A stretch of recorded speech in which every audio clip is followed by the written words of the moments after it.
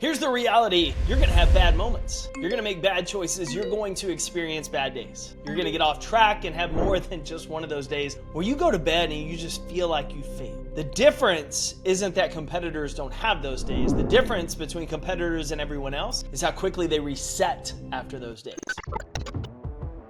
My name is Jake Thompson, your Chief Encouragement Officer, and this is the Compete Everyday Podcast, a show designed to encourage and equip ambitious people with the tools needed to build a winning mindset, career, and most importantly, a winning life.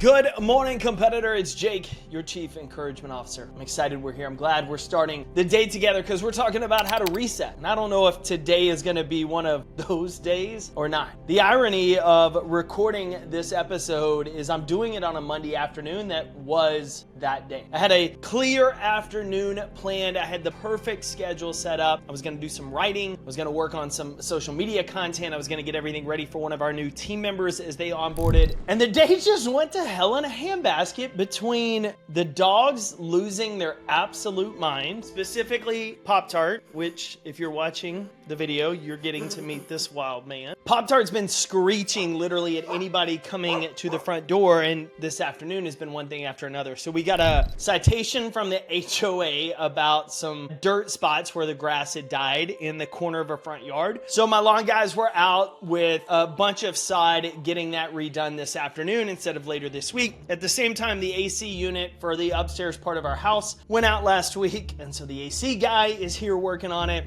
and our sprinkler company's here at the same time because we had 2 busted sprinkler heads. So like, it was a full storm of the afternoon of me juggling all of these different parties, and then factor in that my dogs are losing their absolute mind at one side of the house and then running to the other side of the house, and probably in their heads are like, who are these people trying to get into the house? And so they're barking, they're on defense mode. And so my afternoon plans of getting all of this stuff done went out the window, and I lost like 3 hours of productivity. And I was super close to just writing off the rest of the day. And I decided, you know what, this is a perfect day to record this episode. It's a perfect day to talk about what do you do when you just have that day, man? Like, this afternoon is like a frustrating day. But sometimes it's a bad day, right? Sometimes it's that day you get let go. Sometimes it's that day that your best employee walks out. Sometimes it's that day that you lose the game. Sometimes it's the day that you don't qualify for the race that you've been training for. Some days just absolutely suck. And how are you supposed to handle that? See, I've had to learn time and time again different ways to handle resetting. And one of the ways was like, see, I talked about here on the podcast, I talked about in my first book, this idea of the midnight rule, right? How do you actually reset at the end of a day, knowing that if you go into tomorrow and you drag today into it, that it just kind of holds you back, right? It's like playing baseball. If you're a pitcher, if you're thinking about last game at this time that when you take the mound, your head's not going to be in the moment. It's almost like a batter. Even every time they go up to bat, if you're thinking about the last at bat and you're stressing because you struck out, then you're going to be pressing in this at bat and you're not going to perform at your best. And so you have to have a system to be able to reset. And what's so funny is like one of the best ways I learned to reset wasn't even after a really bad day. It wasn't after that most frustrating moment. It was in trying to build a new habit that I just could not get to seem to stick. See, I learned this method that I want to share with you today during a really challenging season of life, while at the same time I was trying to get into the habit of journaling. I'd been told for years, right? If you journal, it helps your mindset, helps you get through this. And I just couldn't get into it, right? Some days I would skip it because my calendars were booked. Some days, I'm not gonna lie, I hit the snooze button instead of getting up early to write. Some days I was just so busy getting to the airport, I wouldn't do it. And the old me would have used like this one day as a permission to quit entirely, right? It's that classic all or nothing thinking that we so often fall into. But here's what I discovered. You can get back in your lane at any moment. One bad moment doesn't sentence you to a bad day. One bad day doesn't sentence you and condemn you to a bad week. The moment you recognize you're running in someone else's lane, you're drifting toward the sideline, your focus is off of where you want to be, you can choose to reset and compete again at any moment. It's like a sprinter who realizes mid-race they veered out of their lane. You need a quick protocol to get back on track. And for me, I call it the lane reset. It's because I'm working on some content in this upcoming book. And a lot of it, remember, it boils down to this idea of how are you running your race? If you're focused on someone else's race lane, what someone else is doing, where people are in the stands, you're not going to run at your full speed. So we've carried this track focus throughout, right? Because the beauty of track is, man, it's you and you. Like, there's other runners out there, but it's you against you. And so there's oftentimes we got to have this like lane reset. Like, we've got to know when we're getting out of our lane. We got to know when our focus has shifted, whether we start catching ourselves comparing ourselves to someone else, whether our day just starts to go to hell in a handbasket. And so the way we get through this, we get back back on track, we get back in our lane, running toward the finish line we want, toward the win we want that day, is this. Number one, L, look at what's happening. The first letter in lane is L. You got to look at what's happening. The moment you realize you're off track,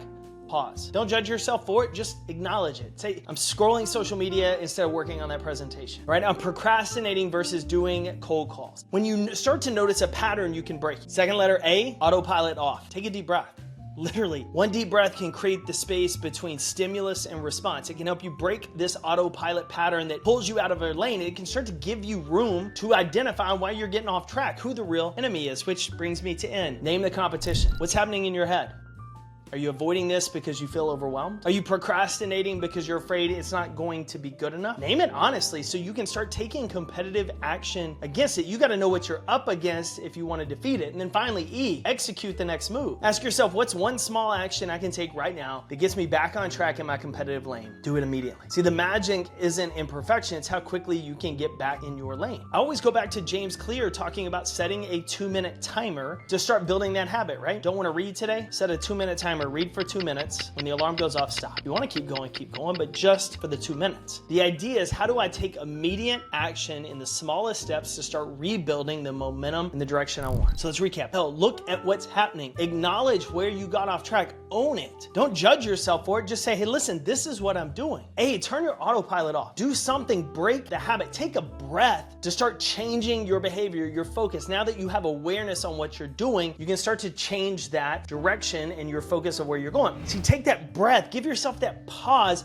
so then you can start to identify what's the real competition, what you're up against, right? Is it feelings of insecurity? Is it worry that it's not going to be good enough? Is it that you just don't really want to do it? Whatever it is, name it. Identify what you're up against and then execute. Figure out that small step. Take that small step. Get back on track to where you want to go. The goal is just to be someone not who's perfect, but who can consistently get back on track. I use this lane reset multiple times a day, right? Especially my ADHD. Catch myself checking email when I should be writing? Lane reset. Notice I'm complaining about travel delays instead of just using that time more productively. Lane reset. Pull out my laptop, get to work. It's our ability to get back in our lane that separates those from competing every day from those who compete some days. There's another way I love looking at this, and Gretchen Rubin talks about it with the idea of 4 quarters, right? Split your day into morning, lunch, afternoon, and evening. If your morning just goes to complete crap, don't sacrifice the rest of your day. Reset and focus on how am I going to win lunch. If I have a terrible client meeting to start the day, what am I going to do to win lunch? Is it a workout? Is it choosing something healthy? Is it reading while I'm eating? Like, what am I going to do to give myself a win during lunch? And then start stacking a win into the afternoon. We often let one bad moment, one bad choice, one bad situation ruin the rest of our day, our week, our month. Some people are using a bad day in January for the reason that their 2025 sucks, even though it was just one day. And if we're honest, it might have just been 1 hour of one day. And it sucked. I'm not minimizing the fact that some days, situations, choices, they just suck. But we don't have to allow them to derail everything that we've got going on, every opportunity in front of us, and every chance we have to get better. Sometimes we just get distracted. Sometimes we get pushed out of our lane. Sometimes we start focusing on the wrong finish line and run out of our lane. But regardless of where it is, you just got to reset and get back in your lane, because it's not about being perfect. It's about being resilient. Go win your day today, competitor. You know I'm cheering for you. Thanks for tuning in to another episode of the Compete Everyday podcast. To learn more, grab resources, shop the latest gear, or find out how you can bring the Compete Everyday mindset to your team, visit CompeteEveryday.com. To achieve what others want, you have to make the choices others won't. Go win your day, competitor.